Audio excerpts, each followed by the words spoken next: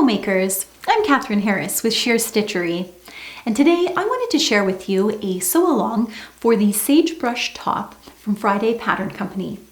So let's get to it. Bum bum bum ba-dum ba-dum bum bum bum bum bum ba-dum ba-dum bum bum bum bum ba-dum ba-dum bum bum bum bum bum ba-dum ba-dum bum bum bum bum ba-dum ba-dum bum bum bum bum bum ba-dum ba-dum bum bum bum bum ba-dum ba-dum bum bum bum bum bum ba-dum ba-dum bum.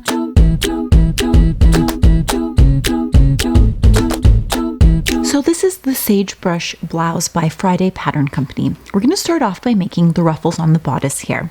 So we're going to get the front yoke and we're just going to stay stitch the top neck edges of that, and then we're going to get to the piece that will make the ruffle. We're going to press it in half lengthwise and then create 2 rows of long gathering stitches, and then we're just going to pull those threads so that we can make the gathers that go along the front of the top. And so I'm just distributing the gathers evenly here, and then I want to make sure that it matches up exactly with that front yoke piece. And so I'm just making sure that it fits, and then we're going to distribute them so that they lay nicely. A trick with that is you can place the pins vertically inside the ruffles, and it helps to distribute them and keep them where you want to so that your presser foot doesn't push them around. Whereas if you were going to place them in the direction that you're going to be coming across sewing them, they have the potential of moving a little bit. So I am just measuring here to make sure that my seam allowance is correct. And I actually have a setting for the 1.5 centimeter seam allowance on my machine. So I just need to push that button and the needle position goes to the farthest in the left side. Now next we have the notches on the lower bodice front, and we're just going to create some gathering stitches there and gather that up so it's nice and ruched underneath, which also helps to create some volume in the blouse. Then we're going to match up either side of the corners here and pin that in place. Now I am actually pinning on the side that I stitched the ruffles down on because I found that to be the easiest way to go about doing this. And then we're just going to stitch that in place, and then I serged it to finish the edges. And then we are going to press that so that the seam allowance goes up and the ruffles go down, and then just top stitch that in place so it lays nicely on the body. Now onto the back yoke. So with the back yoke details, we are going to do a double fold on here on either side towards the wrong side to help create that placket. And then on the lower edge here, we've got a notch which happens to be right in the middle of the lower bodice. And we are just going to match up that area where we have the folds so that there's no gap. And then we're just going to stitch all the way across. So we've got this little slit opening at the back. Then we're going to press the seam allowances down. Don't forget to serge the edges and give that a nice good top stitch. Now we're on to the shoulder and the side seam. So we're going to take the front and the back bodice and we're going to match them up at the shoulder seams, just like you do on any other dress or top. So I'm just pinning the shoulder seams here. And then we're going to stitch that on the machine, and I also took the liberty of serging that in place. And then we're going to do the exact same thing with our side seams, matching the top and the bottom, and just going to pin that in place. And I also serged the edges so that it is nice and finished on the inside. And that is what that will look like once you have that all done. Now on to the neck binding and the back ties. So we're going to start with the binding piece. Now you can use ready-bought binding, bias binding, or you can create your own. Cut it on the bias, that's incredibly important. And then we're going to fold it in half, and then we're going to fold each of the raw edges towards that center line we just folded. And then we are going to fold it in half again. That way we're concealing all of those raw edges and creating that double fold bias tape. I really like to make my own because you can have it matching the fabric or a fun contrasting fabric.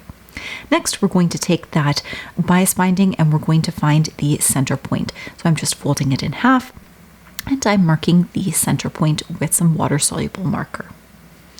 And then we have the front marked, and I've marked the center of the front as well.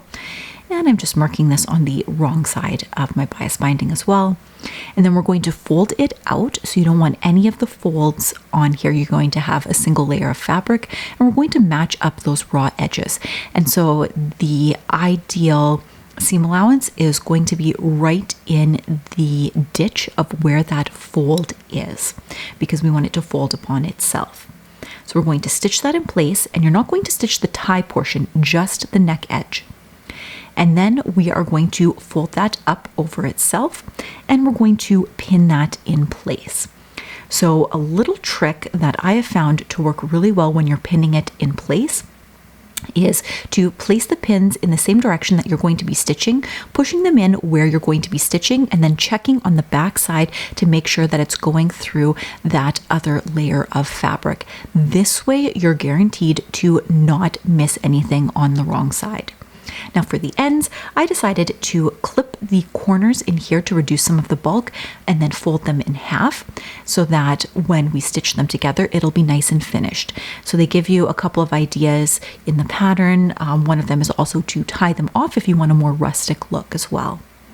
So I'm sewing the neckline here, and I'm coming up to the edge, and I'm actually just going to backstitch along the edge here because I don't want to continue my stitches because they are not going to follow the same stitch line. We're actually going to stitch in just slightly along the ties so that there's a little bit more for it to grab onto.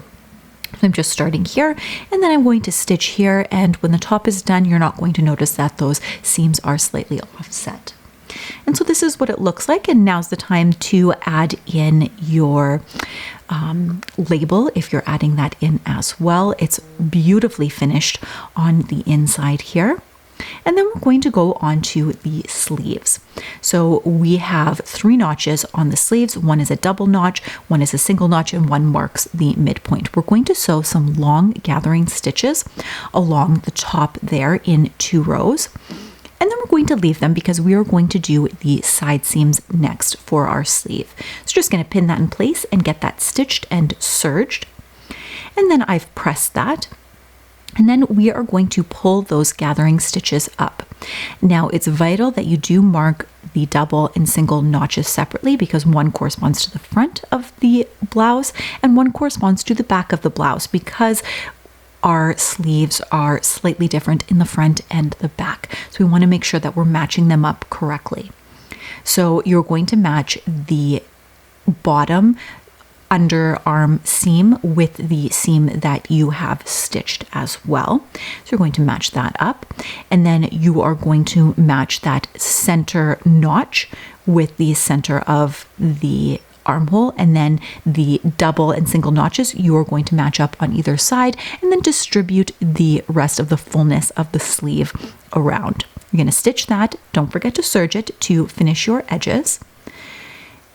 And that is what the sleeve looks like so far. Now you could leave it like that, but in order to get that nice volume and poof, we are going to need to create a casing for our sleeve. So we're going to fold over about a 1/2 inch on the bottom of the sleeve here, and we're just going to press that in place going all around the sleeve, and then we are going to fold up a full inch of fabric, and this is going to create our casing for our elastic. Next, you're going to go to the underside of the sleeve because that's not as noticeable, and you're going to mark an opening about 3 inches long. Now you're going to stitch all the way along the top, leaving a gap for that opening, which is where we are going to insert our elastic. So I've attached a pin to one end, and that is to ensure that the elastic doesn't fully go through as I'm feeding this through the casing of the sleeve here. Once we get to the other end, we can pull both sides of the elastic out. You're going to want to ensure that you have not twisted the elastic, very vital, or it's going to be incredibly uncomfortable. You're going to pin this together with the flat ends, and then you're going to stitch that in place. And that is what that looks like once it is stitched in place. And then you're going to use a straight stitch and close that casing.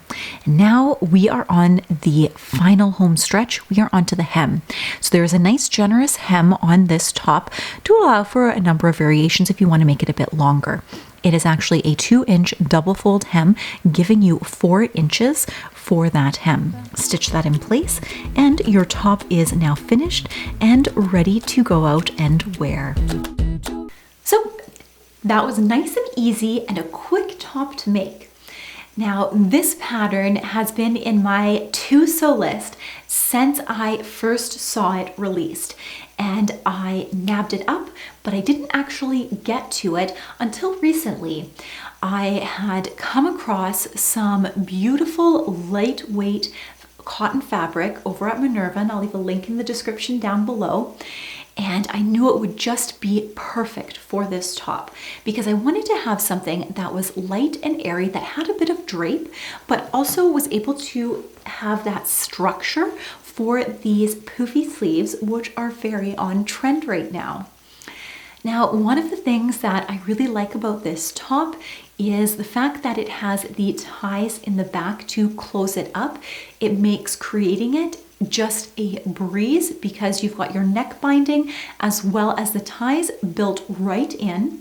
It is incredibly comfortable because it is so flowy and has so much ease and drape to it. And one of the things that really drew me to the top was this ruffle detailing because it is so girly and over the top, which just screams me. Let me know what your thoughts are on this, and if you've made your own sagebrush top, I'd love it if you shared with me how that went and maybe tag me in some photos on Instagram. So until next time, makers, let's get our Sew-Spiration on.